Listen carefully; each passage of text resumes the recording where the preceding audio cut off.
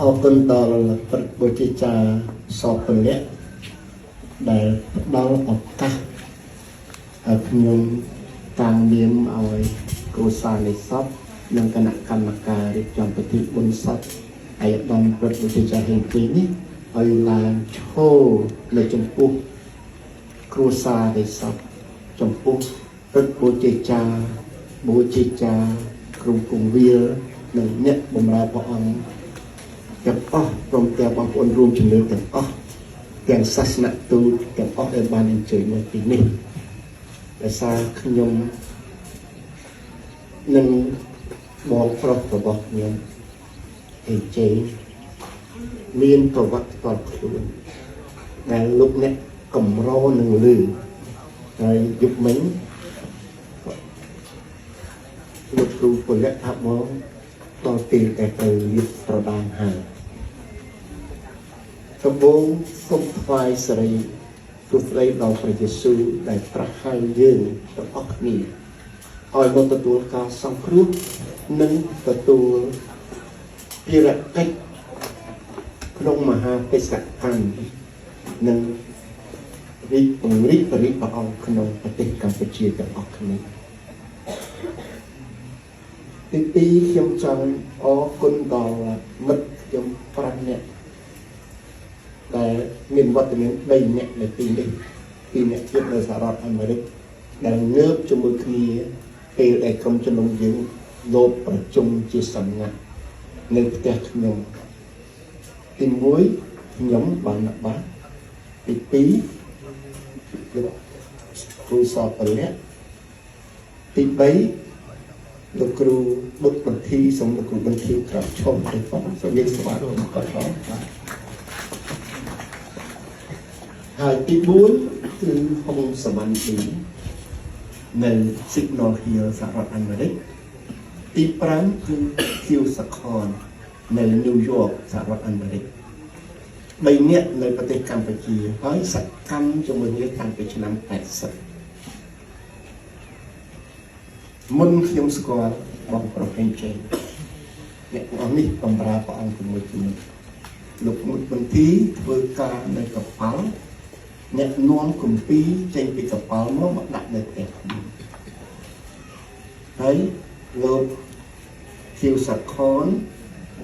បានទទួលស្អីទាំងអស់គម្ពីរដល់ឥឡូវពីសន្តាគារយកមកបោះឲ្យធីម៉ូថេឬក៏សវណ្ណឌីនៅកន្លែងលោកកណាត់សវណ្ណឌីយកឡើងមករៀនអង់គ្លេសនៅផ្ទះខ្ញុំយកទៅដាក់ក្នុងប្រគុណបន្ទប់ទឹកហើយប្រពន្ធខ្ញុំយកទៅលាក់ហើយបាននាំនេះចែកផ្សាយព្រះគម្ពីរក្នុងគ្រាកំសត់លើយើងសូមផ្អាកពីអ្នក5នាក់នេះសូមនិយាយពីបងប្រហេជេខ្ញុំស្គាល់គាត់តាមរយៈលោករិនស៊ីដូស៊ីដែលលោកស្រឡាញ់ក្រុមជំនុំលោកជាប្រធានអសន្និសីទសង្កត់នៅសម័យឆ្នាំ93នោះហើយគាត់ស្រឡាញ់វីឌីស្រឡាញ់វិទ្យាការវីដេអូការផ្សព្វផ្សាយនេះគាត់ស្វាគមន៍ខ្ញុំទៅអហ្វីសគាត់ហើយគាត់បានចង់នាំបងបានឲ្យស្គាល់គឺហេងជេងពីបំផុតលោកហេងជេងក៏អញ្ជើញខ្ញុំទៅអធិប្បាយនៅវិហាររបស់គាត់ពីយេរូសាឡឹមគាត់ជាគ្រូជំនួយគ្រូគង្វាលគាត់ជំនឿវៀតណាមឈ្មោះលោកគ្រូអេនឌ្រូខ្វានហើយក្រុមនំគាត់មាន3ជនជាតិមានជនជាតិខ្មែរជនជាតិវៀតណាមនិងជនជាតិចិនហើយលើនេះក្រុមជំនុំក្រោយពីលោកគ្រូហេងជេងមកចូលធ្វើជាអគ្គលេខាធិការបេសកលពិសោធន៍កម្ពុជាក្រុមជំនុំបែកជាបែបវៀតណាមក្រុមជំនុំមួយខ្មែរក្រុមជំនុំមួយចិនក្រុមជំនុំមួយដែលរីកចម្រើនយ៉ាងខ្លាំងក្រុមជំនុំចិនរីកចម្រើនណាស់ហើយការដែលខ្ញុំចាប់អារម្មណ៍ពីគាត់ព្រោះថាគ្រូច្រើនហេតុអីខ្ញុំចាប់អារម្មណ៍នឹងគាត់គឺសន្និសីទ CCS នៅ Global Network ឆ្នាំ93គាត់ឡើងអធិដ្ឋានយ៉ាងសាមញ្ញបាទអត់ចង់បានមុខមាត់អីទាំងអស់ហ អតិថានសូមសន្តិភាពរវាងគ្រូសាអនុចិនកម្ពុជាវៀតណាមឡាវឲ្យគាត់ប្រាប់ខ្ញុំថាលោកគ្រូបានណាបាទខ្ញុំនៅវៀតណាមគេថាខ្ញុំខ្មែរបើខ្ញុំនៅស្រុកខ្មែរគេថាខ្ញុំវៀតណាមខ្ញុំពិបាកថាខ្ញុំជនជាតិអីនេះ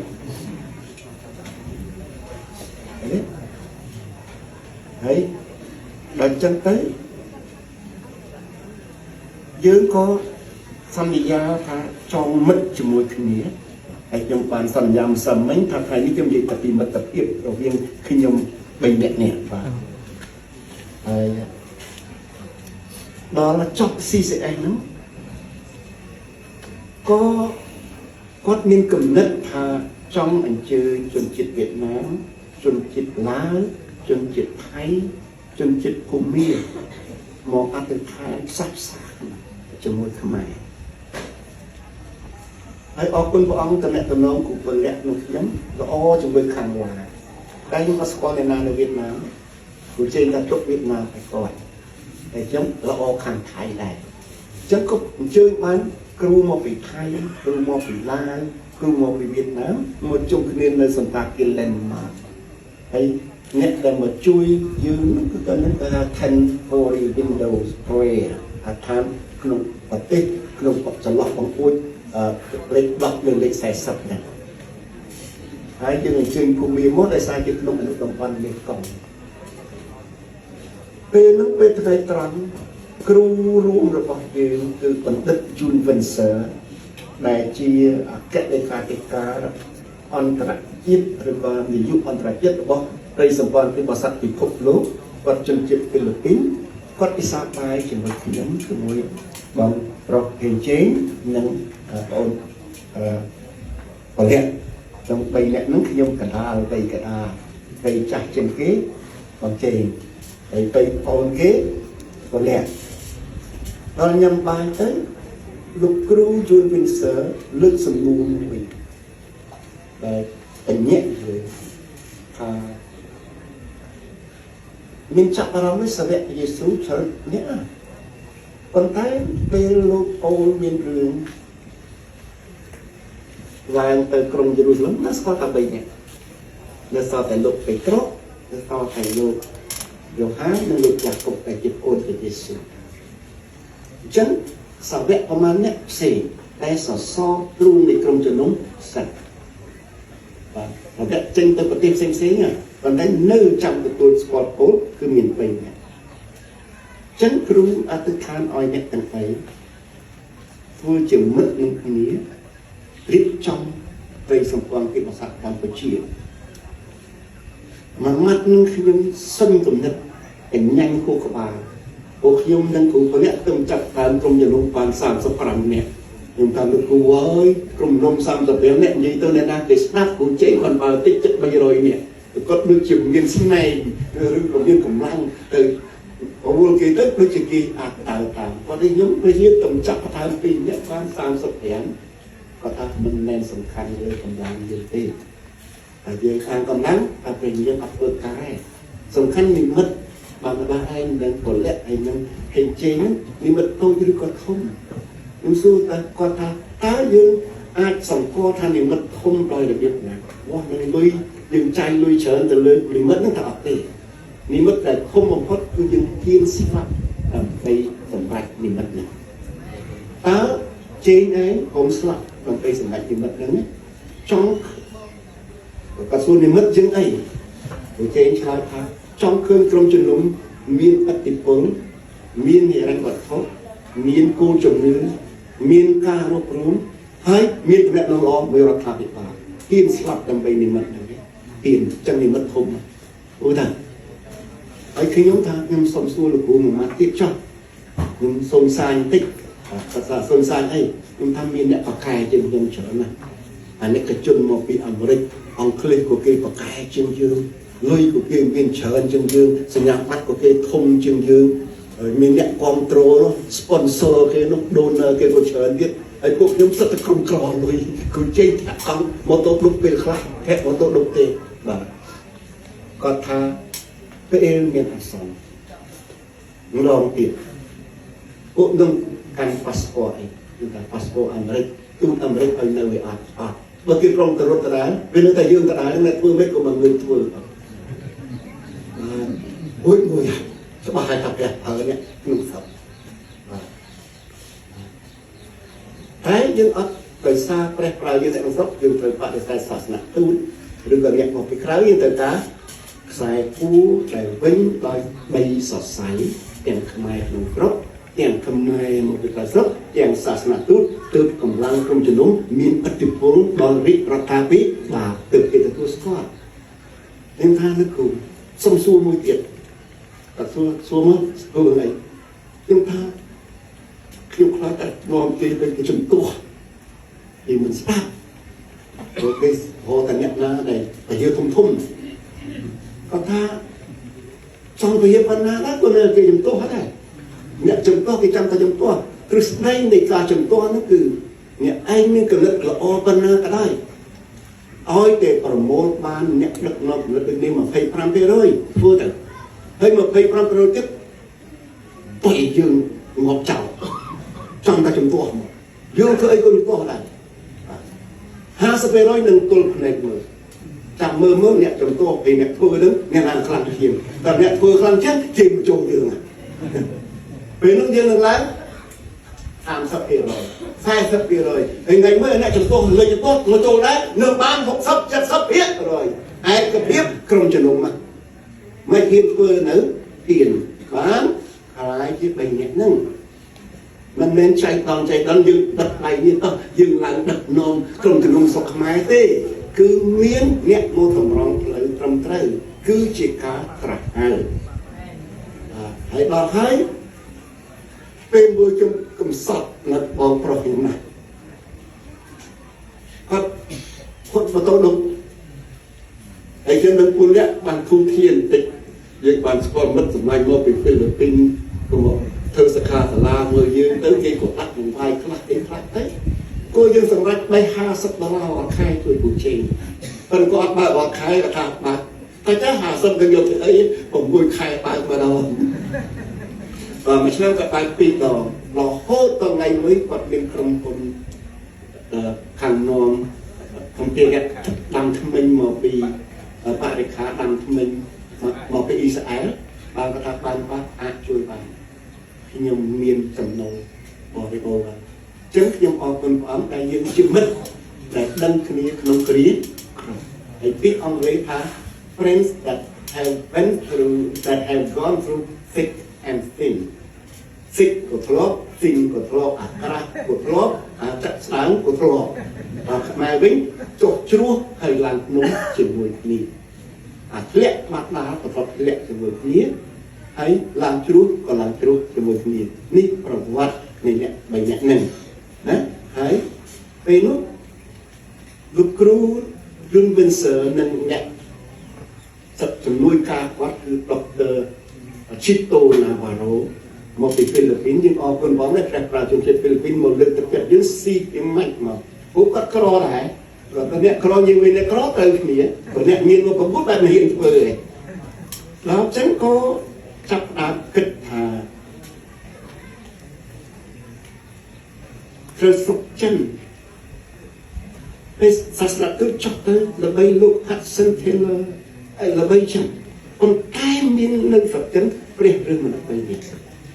ទីមួយលោក Johnson ថ្ងៃនេះខ្ញុំចង់ជម្រាបដល់ក្រុមកិក្សាពិបាល BSc គូចងចាំប្រវត្តិនេះដឹងតែខ្ញុំពីរនាក់ងើបឡើងធ្វើមួយទីដំណឹងនិយាយថាគាត់ការពារពលិយ៉ាងម៉េចគាត់ការពារខ្ញុំយ៉ាងម៉េចហើយពួកយើងការពារគាត់វិញយ៉ាងម៉េចបាទលោក Johnson នឹងអំណាចទាំងគាត់ដូចពោលហ្នឹងទៅណានាំចិនជឿព្រះអង្គទៅសិង្ហបុរីនាំចិននៅសិង្ហបុរីជឿព្រះអង្គទៅហ្វីលីពីននាំចិននៅហ្វីលីពីនជឿព្រះអង្គក្រុមលោកឲ្យតែជនជាតិចិនជឿព្រះតាម Johnson ច្រើនណាស់ប៉ុន្តែចងាងជាងគេបន្តិចព្រោះនៅទីកផ្សាយនឹងឡើយក៏ខ្វល់ពីរឿងនាំក្រុមជំនុំដូចគូប៉ាសកាដូចគូណាទេព្រោះគាត់ទៅជឿព្រះទៅភងថាឲ្យថាហ្មងបាទហើយទី2គឺលោក Watchman នេះហើយបងជេងលក្ខណៈអត់ដូចលោក Watchman នេះជាបញ្ញវន្តមកពីអាមេរិកជាគីមីវិទូសម្រាប់ចិត្តបម្រើព្រះអង្គ តែជាអ្នកនាំបំផ្លាស់ឧស្សាហកម្មទីបរិស័ទធ្វើឲ្យសហគ្រិនទីបរិស័ទនៅសុទ្ធហ្នឹងហ៊ានងើបឡើងបើករោងចក្រហ៊ានបង្កើតសហគ្រាសគាត់ជំរុញសហគ្រិនភាពនិងក្រុមជំនុំជនឲ្យចុងខ្លាយទៅជាក្រុមជំនុំដែលមានហិរញ្ញវត្ថុមិនពឹងផ្អែកបរទេសមកសិទងឡើងគ្រប់គ្រងណាយសម្រាប់គាត់មុនទេពួកគាត់សតើបដិវត្តនាំមនុស្សឲ្យមានណាទី3គឺលោកខាងមីងតានឹងត្រូវខ្ញុំខាងមីងតាជាប់ពន្ធនាគារ27ឆ្នាំនៅក្នុងខ្ញុំ2នាក់ខ្ញុំជាប់ពន្ធនាគារច្រើនជាងគេជាប់សុខខ្មែរជាប់តែឯងណាជាប់ពន្ធនាគារ3ដល់ជាប់សុខថៃជាប់ជាមួយប្រពន្ធកូនហើយដល់ចឹងទៅខាងមីងតាហ្នឹងគាត់តែរំលឹកខ្លួនគាត់ថាព្រះយេស៊ូវជិតយាងមកហើយ Jesus is coming back soon Maranatha គាត់លួងខ្លួនឯងពេលចុកគុកហ្នឹងស្រាប់ថ្ងៃមួយគេលែងគាត់ក្រោយពីគាត់ចុកឃុំមក27ឆ្នាំគាត់អាយុវែងជាងដៃគូគាត់តែទាំង3នាក់ណាគំរូនឹងឯងដែលលោកយួនពិសិលលើកឡើងមកលើកទឹកចិត្តយើងថា3នាក់បានមកឯង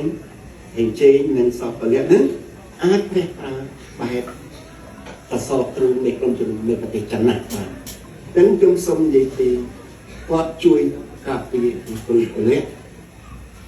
ពេលមួយក្នុងក្រុមប្រឹក្សាបូររបស់ EAC ហ្នឹងមានអ្នកគេហៅថាជ្រុលនិយមពីក្រុមមានអ្នកកណ្ដាលច្រើនតែអ្នកជ្រុលមួយគម្ពីរនិយមតែ Bible Letters ជឿតែគម្ពីរទេអត់ជឿព្រះវិញ្ញាណឯដល់ក្រុមមួយទៀតជឿព្រះវិញ្ញាណមិនសូវជឿគម្ពីរទេមិនសូវអានគម្ពីរបើចឹងគេចោទគូសពព្រះសុំប្តឹងគាត់ថាគាត់គ្រប់គ្រងការបរិញ្ញាគិតតែព្រះវិញ្ញាណគេថាក្រុម Spirit Letters ក្រុមថ្វាយគុំតែព្រះវិញ្ញាណគូជេងយករឿងនឹងមកប្រាប់គ្នាបានហើយទៅស្រួលខ្លួនអ្នកប្តឹងនោះគឺអនុប្រធានក្រុមប្រឹក្សាវិបាលប្តឹងប្រធានដល់ចេញរូបភាពទៅក្រៅគេថាប្រធានតាមកន្លែងអនុប្រធានឡើងឯងប្រធានណាគឺមិនគឺថាបាទនាំគេទៅជួបគ្នានៅគៀនស្វាយឧបករណ៍ផ្លឹកទៅឆ្អែតសិនទៅឲ្យទៅជែកតទល់មួយគូសពទៅទៅជែកចោះយើងសមុខសមួលទៅចឹងគាត់ទៅបួសដែលដឹងរឿងហ្នឹងគាត់ទៅជាមួយគ្នាឧបករណ៍ហើយឲ្យគាត់តទល់រឿងទៅក្រុមថ្វាយគុំអំពីហ្នឹងនឹងគឺគ្រូសពរៈឆ្លើយឆ្លងគ្នាដល់ទីអត់មានអ្នកណាត្រូវអត់មានណាខុស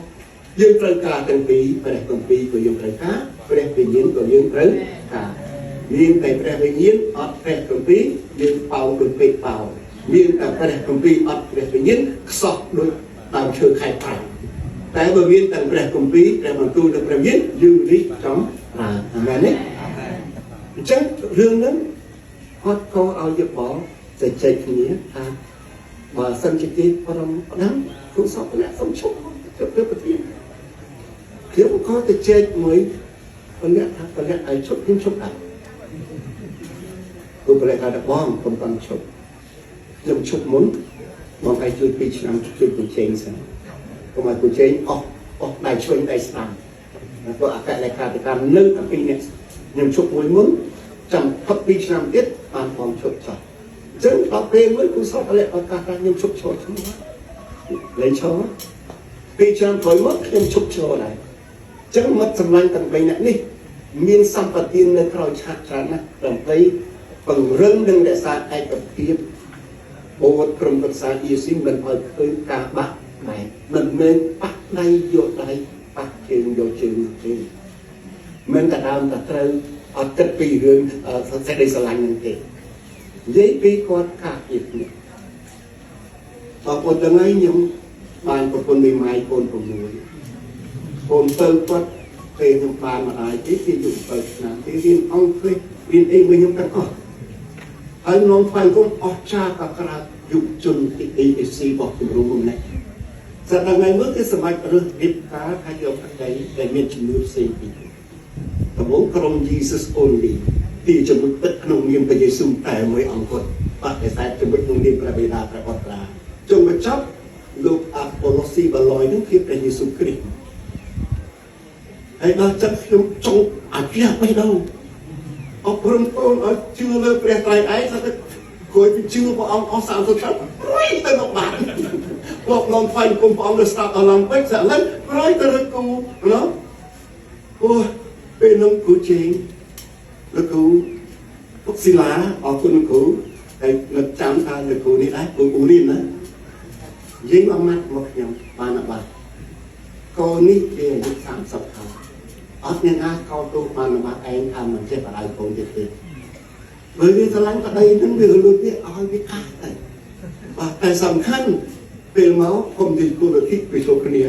ពេលជួបហុកឲ្យរឿងបកងនិយាយទៅរឿងបកងនិយាយទៅបកីនិយាយទៅបំផុសអាហារវិញបាទអញ្ចឹងយើងអរគុណព្រះអង្គណាតែព្រះអង្គបង្ខេងឲ្យរំងាប់กับការជឿចាប់ឲ្យដូចជារបស់ក្នុងចិត្តខ្ញុំអាចខ្ញុំដាក់កូនស្រីខ្ញុំតាំងពីវាចេញពីខ្ញុំទៅថ្វាយគុំទៅគ្រូនោះគុំវាហ្វីលីពីនថាព្រះយេស៊ូវតែឥឡូវអូអើយខ្ញុំមកជឿព្រះយេស៊ូវវិញក៏លោកអូយអរគុណនេះពាក្យមិត្តសម្លាញ់តែឲ្យអវាទត្រូវពេលវេលាបាទនិយាយពីគាត់ម្ដងថ្ងៃហ្នឹងខ្ញុំទៅអីកន្លែងស្មានតារាជួយគាត់ស្មានតារាទៅស្រាប់តែញ៉ាំកាហ្វេកាលណាគាត់ប៉ៅខ្ញុំមានតាំងកាហ្វេមានទាំងកាទៀវតែដល់ខ្ញុំប៉ៅគាត់វិញគាត់ញ៉ាំតែរបស់គួរឆ្ងាញ់ទេខ្ញុំប៉ៅគាត់ចំណេញណាអស់លុយតិចតែគាត់ប៉ៅខ្ញុំទាំងគោកទាំងទឹកអញ្ចឹងទៅជួបនេះនៅណាចេញណាបាទណាចេញដល់អញ្ចឹងប្រាប់តែគូបរិយចូលរួមដែរខ្ញុំទៅធ្វើទូរស័ព្ទបាទខ្ញុំសូមបង្ហាញនេះខ្ញុំចង់បង្ហាញប្រវត្តិសាស្ត្រនៅពីក្រោយគ្រឿងអ៊ីស្រាអែលជួបលោកបដងស្នេហ៍ឯកម្នាក់នៅកំពូលអន្តរកម្មពិសេសលេខ14នោះសូមកថាសូមមើលកថានោះបាទសូមនឹងតែខ្ញុំតិចនេះអត់សួរលោកគ្រូនៅណាគ្រូថារៀននៅពេញគាត់ថាកូនខ្ញុំបញ្ជូនទៅរៀននៅ West Point នេះគ្រូខ្ញុំចិត្តចាប់អាណត្តិដែរគាត់ជាទីប្រឹក្សារបស់សម្ដេចនាយក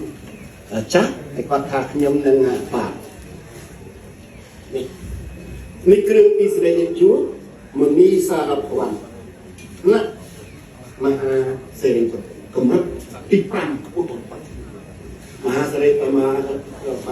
នីសារភ័ណ្ឌមាន5កម្រិតថ្នាក់ទីគេហៅថាអសរិទ្ធថ្នាក់ទី2គេហៅសេនាថ្នាក់ទី3ទឹកបដិងថ្នាក់ទី4មហាសេនាថ្នាក់ទី5មហាសេរីពុទ្ធបាទសូមប្រគល់ឲ្យវិញតែពេលហ្នឹងថាបងបាទខ្ញុំចាប់ប្រកាសតំណែងខ្ញុំចង់ជូនអ៊ីស្រាអែលយុបងមកគ្រឿងមិនថាហេគេអត់ចាំបានខ្ញុំអត់ចង់បងលុយទេតែដល់ណាច់បងនេះអ្វីដែលបងជួយខាងតាហ៊ានហ្នឹងបងទៅបានសមទៅឲ្យបងខ្ញុំចង់ជូន3គ្រឿង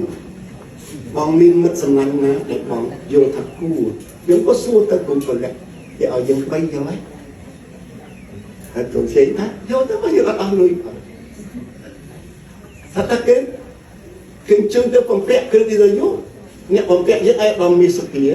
អគ្គអីបញ្ជាការជាន់ខ្ពស់គឺសុទ្ធតែហ៊ានស៊ីវិលថា3នាក់គេសុទ្ធតែចិត្តទុកបកាសេរីយើងបានមនីសារវ័នខាងស៊ីវិលសម្រាប់ជូនអ្នកអប់រំសិល្បករកីឡាករនិងអ្នកវិទ្យាសាស្ត្រតាមកម្រិតនេះប្រវត្តិវាឯងចឹងសូមអរគុណហើយខ្ញុំចង់ជំរាបដល់នឹងថាការកំសត់ប្រមាណគឺធ្វើឲ្យយើងដល់បានកពោបានជួយគ្នាតែខ្ញុំនិយាយវិញផុតពីនោះស្អាតតែយកឡើងរិចរៃមើលហៅពីកាណាដាថាបានមកដល់នេះគេប្រឹងគូជេងខ្ញុំដល់ដល់អីប្រឹងដល់ UN ដល់ UNICEF គាត់ខែកុមារបានល្អក៏ប្រគេនពោធំកាលមួយគេគឺទរណកម្មកុមារខែកុមារអត់បានឲ្យអាហារបានដល់គេប្រឹងដល់ UN ប្រឹងដល់ក្រសួងសង្គមកិច្ចខ្ញុំក៏គាត់ញ៉ាំកាទៀវវិញបើមិនអត់ដឹងផងហើយគាត់ថាគេប្រឹងគាត់មែននេះបានគូសេឡាខ្ញុំបេសនឹង face ខាងអាសម្លេងសង្កត់ហើយនឹងលោកតារាមឈិតបកកាត់គណៈកម្មការមួយចុះទៅជួបអន្តរាគមន៍នៅ UN UNICEF នៅព្រំពេញនិងក្រសួងសូមធ្វើអន្តរាគមន៍សូមយោបល់ពីក្រសួង គេថា it just allegation គឺជាការចោទប្រកាន់ពីអបតាគេបានអង្គេតថាគាត់ខែបានល្អលើកកុមារនៅតាមផ្ទះអញ្ចឹងអត់អីសោះស្ទើរតែគេចោទគាត់ចឹងមុននឹងបានកិត្តិយសយើងមានចុះជ្រងជ្រៅជាមួយគ្នាសូមអរគុណព្រះអង្គចឹងតទៅនេះខ្ញុំសូមអញ្ជើញគ្រូសានិស័ព្ទឡើងមកខាងមុខដើម្បីនឹងទទួលការអធិដ្ឋានបាទគួយខ្លះ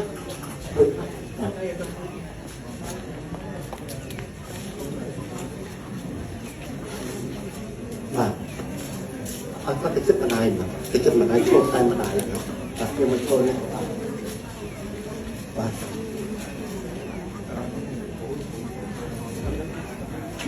លោកគ្នាដែរខ្ញុំចង់ឲ្យបងប្អូនទាំងអស់ដែលជា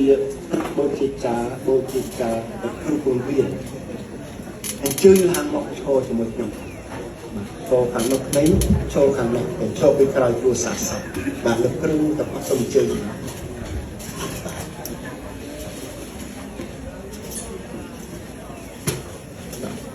លោកគ្រូណាស់ទៀតសូមអញ្ជើញបានហើយបងប្អូនទាំងអស់ដែលជាបងប្អូនរួមជំនឿទាំងសាសនាពុទ្ធក្តីខ្ញុំសូមអញ្ជើញបងប្អូនក្រាបឈរតិចហើយដាក់ដៃទាំងពីរមកឲ្យពរគាត់ទាំងពីរមកឲ្យពរគាត់បាទយើងនឹងអធិដ្ឋានឲ្យពរដល់ក្រុមគ្រួសារនេះពេលខ្ញុំអធិដ្ឋានដល់ចំណុចណាដែលបងប្អូនគ្រប់គ្រងបងប្អូនអាចទៅស្ដីអាមែនជាមួយគ្នាបានណាព្រះបិតាជាអម្ចាស់ថ្ងៃនេះទូបងប្អូនជាម្នាក់ដែលខ្លាយជាមិត្តដល់បងប្អូនប្រពៃជ័យដែលជាមិត្តដ៏ល្អតាំងពីឆ្នាំ1983ដល់ពេលនេះមានកិត្តិយសនឹងឈរតំណាងក្រុមជំនុំនៅកម្ពុជាឈរជាមួយព្រះបូជាចាក្រុម